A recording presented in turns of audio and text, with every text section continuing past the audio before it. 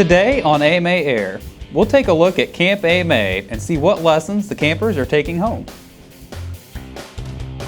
We talked to one AMA member who is taking to the skies in a vintage DC3. And we have the latest news on the FAA's new rule for commercial sUAS operations.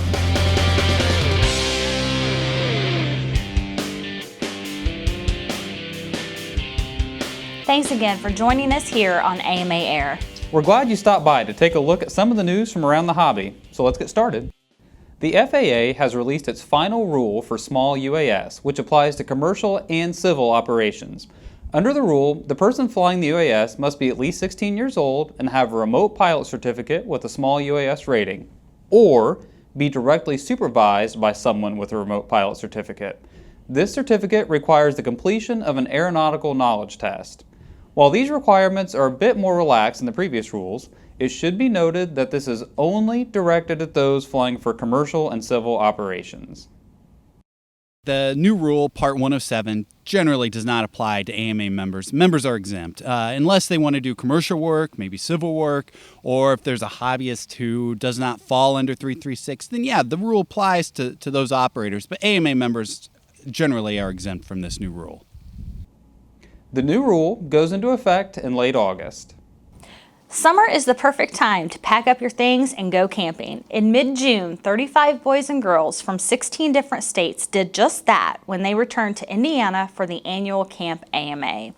Aside from flying, scratch building, and FPV racing, the week was also an opportunity for campers to make new friends, reunite with old ones, and interact with a handful of world-class instructors. Here's a special look at this year's Camp AMA and what some of the participants had to say.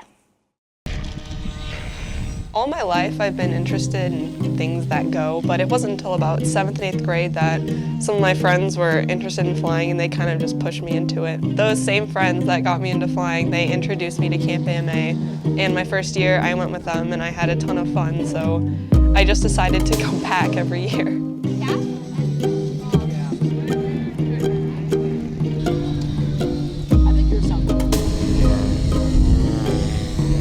I heard about camp from Model Aviation. My dad was looking through the magazine and he kind of ran in the room one day. He's like, hey, look at this. This looks really cool. You know, Andrew Jeske and Nick Maxwell were the instructors here, and I was like, wow, I really want to meet these guys. Like, world-class pilots, designers. They've taught me so much at camp, honestly. I was actually up until 2 in the morning last night working on a plane with all of them. If you come to Camp AMA with a little bit low confidence, you know, people really boost your confidence here. You know, people push you harder, people push you to learn, become better as a person and a pilot. Like if I'm at home, I'll have to like go mow or do work. But here I can just fly. I mean, I can have fun with my friends. Honestly, I think the best part is the people here. They're my best friends, and it sucks that I only get to see them once a year, but this week is the best week of my life.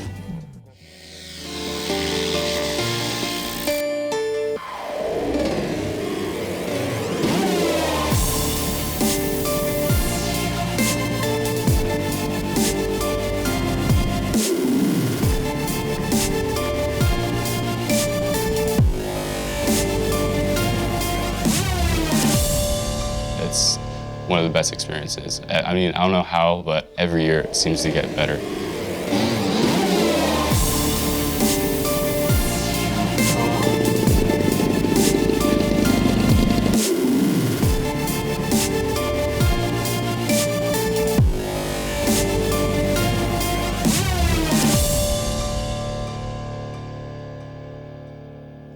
So, Erin, I've been out on site and I've seen these kids fly, and it's exactly what our viewer just saw in the clip there.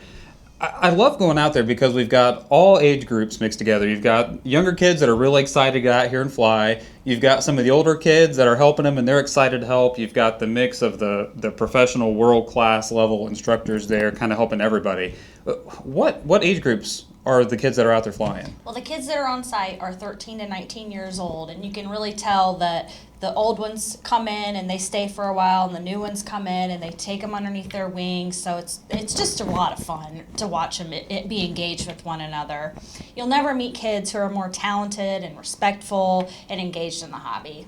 Well, it's really cool. We're kind of to a point in the camp now where You see some of the kids that have gone through camp and graduated, if you will, come back now, even sometimes as instructors, and help out. I think I can speak for both of us and probably everybody here at AMA to say that we absolutely cannot wait to see these kids back at camp next year. Yeah, they're a lot of fun. It seems like a natural progression for a modeler to transition to full-scale aviation. Well, we caught up with one member who's now taken to the skies in something a little less traditional and a little more vintage. It's a dream come true. I have the privilege of sitting right seat as the first officer on the DC3. It's an amazing airplane. It's her 71st birthday this year. So when we have the DC3 at various air shows and we get a chance to talk to youth today, you know, they're mesmerized by the aircraft and very excited about aviation, but a lot of times they don't quite know what the next step is for them. How do they take that excitement and turn it into something that could lead to a seat in the cockpit someday? It started very early on, about the age of 12. Just about anything that was radio controlled we had at the house and found a lot of enjoyment out of it. I flew pattern for a while. In 1985, when I was 15 and a half, I started taking flying lessons at Bowman Field in Louisville, Kentucky, the same field that my brother learned to fly from. So I received my private pilot there as well as my instrument rating, which was in 1989. So I've been flying for just shy of 30 years. So I try and tell the parents to find a local hobby shop, go talk to your local clubs and get them introduced into model aviation, and they can do so in a very affordable way.